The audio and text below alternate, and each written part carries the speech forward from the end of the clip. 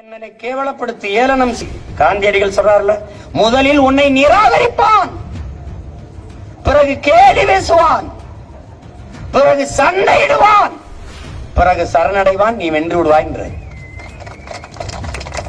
முதல்ல கேலி பேசினான், முதல்ல நிராகரிச்சான், அப்புறம் கேலி பேசினான், இப்ப சண்டை போட்டுக்கிட்டு இருக்கான். 21 சரணடைவான்,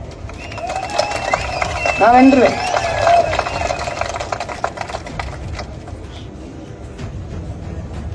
இதான் நடக்கும். வேளாண்மையை தேசிய தொழில் என்று அறிவித்து அரசாங்க பணியாக மாற்றுவேன். 60 வயதை தொட்ட வேளாண் குடிமகனுக்கு ஓய்வூதியம் கொடுப்பேன். சிரித்தார்கள். இன்றைக்கு விவசாயிகளுக்கு 60 வயசை தொட்டால் ஓய்வூதியம் கொடுப்பேன் என்று ஐயா பிரதமர் நரேந்திர மோடி சொன்னதை பாராட்டுகிறார்கள். ஏன்? எளிய மகன் நான், அவர் உயரத்தில் இருக்கிறார், அவர் ஒருபோதும் செய்ய மாட்டார், ஓய்வூதியம் கொடுக்க மாட்டார். 15 லட்சம் உங்க வங்கி கணக்குல போட்டார், எடுத்துட்டீல்ல, அதேதான். ஆனால் உங்கள் மகன் சாதித்து காட்டிவிட்டுத்தான் சாதிப்பேன். வேளாண்மை செய்யறதுக்கு இடம் எதுன்னு கேப்ப, 21 லட்சம் விளைநிலங்களை, 21 லட்சம் ஏக்கர் விளைநிலங்களை உருவாக்க போகிறேன். நான் சொல்லல, அம்மையார் ஜெயலலிதா சட்டசபையில். நான் 21 லட்சம் கூட எனக்கு வேண்டியதில்லை, 15 லட்சம் ஏக்கர் இருந்தாலே போதும், உலகத்துக்கு சோறு போடுவேன். நான் காரை ஏற்றுமதி செய்ய வந்தவன் அல்ல, காரை இறக்குமதி செய்வேன், சோறை ஏற்றுமதி செய்வேன். எழுதி வைத்துக் கொள்ளுங்கள் என் அன்பு மக்களே, இன்னும் 10 ஆண்டுகள் அல்லது 15 ஆண்டுகள் உலக பணக்காரனை பட்டியலிடுகிற போது தங்கம் வித்தவனோ, வைரம் வித்தவனோ, மாணிக்கம் மரகதம் வித்தவனோ, பெட்ரோல் வித்தவனோ, டீசல் வித்தவனோ இருக்க போறதில்லை. நீரும் சோறும் வித்தவன் தான் உலகத்தின் மிகப்பெரிய பணக்காரனாக இருப்பார். உலகத்திற்கு சோறு போடுகிற குடிகளாக தமிழ் குடிகள், தமிழர் தேசம் வரும். அந்த நிலையை உங்கள் பிள்ளைகள் உருவாக்கும். வேலை இல்லை என்கிற சொல்லையை ஒழிப்போம். என் பிள்ளைகளுக்கு நான் கற்பிப்பேன், எந்த வேலையும் செய்யலாம், இழிவல்ல, எந்த வேலையும் செய்யாமல் இருப்பதான் இழிவு, கற்பிப்பேன். பொருளாதார அமைச்சராக இருந்த சேகவேரா கீவ நிலத்திலே இறங்கி கரும்பை வெட்டினான். நான் அதுபோல களை எடுப்பேன், மாடு மேய்ப்பேன், ஆடு மேய்ப்பேன், வாழைக்கு மண்ணணைப்பேன், கரும்புக்கு தோகை கிழிப்பேன், பருத்தி பஞ்சு புடுங்குவேன். நான் வேலை செய்வேன். ஏன்? அதெல்லாம் செஞ்சுட்டு தான் இந்த வேலையை செய்யறேன். புதுசா நான் செய்ய போறது இல்ல. மாற்று பொருளாதார பெருக்கத்துக்கு வழி தெரியல எனக்கு. தமிழ்நாட்டுக்கு கறி ஆந்திராவில இருந்து வருது, 1 கிலோ கறி 550 ரூபா, 100க்கு 99 பேர் கறி திங்கிறான். உன் பொருளாதாரம் எங்க இருக்கு? அண்டை மாநிலத்துல. ஏன் நீ ஆடு வளர்க்கல? அசிங்கம். கறி திங்கும் போது விருந்து. கறி நல்ல நல்லி எலும்பா போட்டீங்கன்னா, நல்லி எலும்பு, அதுல நல்லா சுக்காவுக்கு நல்ல கறியா போடுங்க, எலும்பில்லாத துண்டா போடுங்க. அப்ப அந்த நாக்க உப்பு தலை வச்சு நல்லா அப்படி தேய்ச்சா, அப்படி வக்கனையா திங்கிற நாக்க ஆடு அமைக்க மாட்டேன். கவிக்கோ அப்துல் ரஹ்மான் சொல்றாரு, நல்லா தெரிஞ்சுக்கிறங்கடா என் தம்பி தங்கையிலே, என் அன்பு பிள்ளைகளே, ஆடு மாடு மேய்க்கிறதுக்கு ஞானத்துக்கு ஏதோ சம்பந்தம் இருக்குன்றாரு.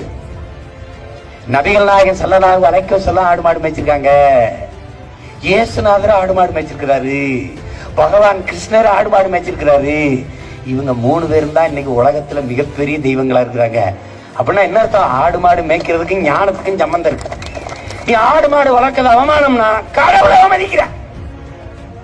நீ கிருஷ்ண பரமாத்மாவை கேவலமா நினைக்கிறாய், நீ இயேசுவை அவமதிக்கிறாய், நபிகள் நாயகம் ஸல்லல்லாஹு அலைஹி வஸல்லம் அவர்களை அவமதிக்கிறாய். அதனால நாளில இருந்து ஆடு மாய் மேய்க்க போ. சொல்றதை கேளு. மேய். என்னை வித்தா 50,000க்கு வேணாலும் வாங்குவானா? ஒரு ஆடை வித்தா வாங்குவான். தயவு செய்து புரிஞ்சுக்க. கொம்பு குழம்பை தவிர எல்லாம் காசுடா. டேய் நல்லா இருப்பீங்கடா. காலு குழம்பு, தலை கொம்பு 2 தவிர எல்லாம் காசுடா. காதெல்லாம் இங்க அறுத்து கீழே போடுறாங்க. நாங்க சுட்டு பயங்கரமா இருக்கும். சாப்பிட்டு பாரு ஒரு தடவை. ஆட்டு காதை சுட்டு தின்றுக்க மாட்டேன். நான் திம்பேன், நீனே காட்டான்னு நினை, மேட்டான், எதை பத்தி அதை பத்தி கவலை கிடையாது.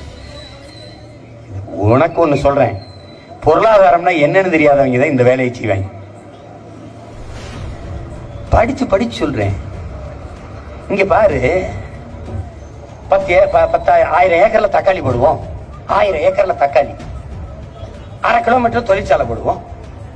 தக்காளியை பறிச்சு பெட்டியில் பட்டு அதை பதப்படுத்தி வைக்கிறதுக்கு ஒரு குளிர்பதன கிடங்கு போடுவோம். அங்க வேலை கொடுப்போம். பதப்படுத்தி வைக்கிறது குளிர் கிடங்கு. அங்கிருந்து பெட்டியை அடுக்கி நம் மக்களின் தேவைக்கு, உணவு தேவைக்கு அனுப்புவோம். பிற மாநில தேவைக்கு ஏற்றுமதி செய்வோம். பிற நாட்டு தேவைக்கு ஏற்றுமதி செய்வோம். இந்த பெட்டியில அடுக்கிறவனுக்கு படிக்காதவர்களுக்கு வேலை கொடுப்போம். பிற மாநிலங்களில், பிற நாடுகளில் சந்தைப்படுத்துகிற வேலை செய்யறவனுக்கு, படிச்சவனுக்கு வேலை கொடுப்போம். எத்தனை டன் தக்காளி நம்ம வச்சிருக்கோம். இதை கணிப்பொறி பொறியாளர்களை இவ்வளவு ஏற்றுமதி செஞ்சிருக்கோம், இவ்வளவு பண்ணிருக்கோம் வைப்போம். இதுல எவ்வளவு பல கூழ், தக்காளியில ஜாம், பல கூழ் தயாரிக்கிற தொழிற்சாலை அதுக்கு அனுப்பியிருக்கோம். ஊறுகாய், தக்காளி ஊறுகாய் செய்யற தொழிற்சாலைக்கு இவ்வளவு அனுப்பியிருக்கோம். எவ்வளவு ஊறுகாய் செஞ்சிருக்கோம், எவ்வளவு பல கூழ் ஜாம் தயாரிச்சிருக்கோம். எத்தனாயிரம் பேருக்கு வேலை. இது தக்காளி தள்ளிவிட்டு. ஒண்ணுமே வராத மேட்டுக்காட்டுல கொட்டமுத்து வரும்ல ஆமணக்குல இருந்து என்ன செய்ய முடியும்? கொட்டமுத்துல இருந்து விளக்கெண்ணெய் தயாரிக்க முடியும்.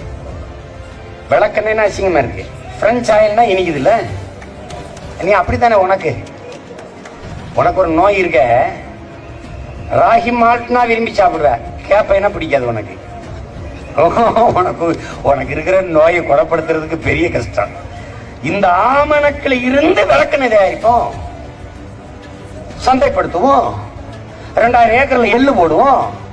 எள்ளுல இருந்து எண்ணெய் தயாரிப்போம், நல்லெண்ணெய் தொழிற்சாலை போடுவோம். இன்னைக்கு போய் கடையில பாரு, நம்மள கேவலம் பார்க்க சொன்னா மரச்செக்கெண்ணெய் இங்க கிடைக்கும், மரச்செக்கெண்ணெய். அவன் செக்குல ஆட்டுறானா இல்லையா அது தெரியல. ஆனா செக்கெண்ணெய்னு போய் நிக்கிறீல, எப்படி இருக்கு? கருப்பட்டியை ரோட்ல ஓட்டு வித்துக்கிட்டு இருக்காண்டா. நம்மளால ஒரு வண்டியில ஏத்திக்கிட்டு கொட்டான வச்சுட்டு கருப்பட்டிய மாறிக்கொண்டிருக்கிறது. இயற்கை உணவுக்கு திரும்பி கொண்டிருக்கிறது உலகம். ஈடு கொடுக்க முடியல, உற்பத்தி இல்ல. நாம ஈடு கொடுக்கணுங்கிறேன். நல்லெண்ணெய் தயாரிப்போம், அதுல இருந்து எள்ளு மிட்டாய் தயாரிப்போம், எள்ளு பின்னாக்கு தயாரிப்போம். எள்ளு பின்னாக்க மாட்டு பண்ணை வச்சிருக்கோம்ல அதுக்கு போடுவோம். இயற்கை உரத்துக்கு போடுவோம். எள்ளு தக்கையில மாட்டுக்கு தீவனம் போடுவோம். அது திண்டு போடுற கழிவை இயற்கை உர கிடங்கு கொண்டு போவோம். எப்படி வேலை வாய்ப்பு, எப்படி சுழற்சி இருக்கு பாரு. தெரியாம வேலை இல்ல ஒண்ணும் இல்ல. ஒரு 5 ஆண்டு கொடுத்து பாரு, உலகத்தின் தலை சிறந்த நாடாக தமிழ்நாட மாத்திரைனா இந்த மாதிரி ஒரு கம்பத்துல கட்டி வச்சு எங்களை அடிச்சு கொல்லு அடி. எங்களை தேஞ்ச செருப்பு வச்சு விளக்குமாறு வச்சு கூட அடி.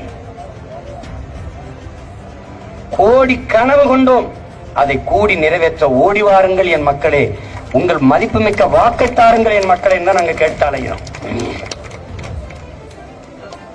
கைவிட்டுட்டான் இவன், விவசாயத்தை கைவிட்டுட்டான், விவசாயியை மறந்துட்டான். விவசாயியை பற்றி கவலையே படல. அதை மீட்டுருவாக்கம் செய்வதற்கான திட்டமும் இல்லை. அது முடிஞ்சிட்டது. இங்க எல்லாரும் என்ன நினைக்கிறாங்க, நான் படிச்சு வேலைக்கு போயிட்டு 1 லட்சம் 2 லட்சம் சம்பாரிச்சு வசதியா வாழுவோன்றாங்க.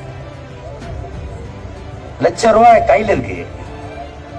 சாப்பிட கடைக்கு போனா ஃப்ரெஷ்ஷா காய்கறி விக்குது, ஃப்ரெஷ்ஷா அப்படியே கத்தரிக்காய், வெண்டைக்காய், தக்காளி, பருப்பு எல்லாம் அப்படி புதுசா இருக்கு.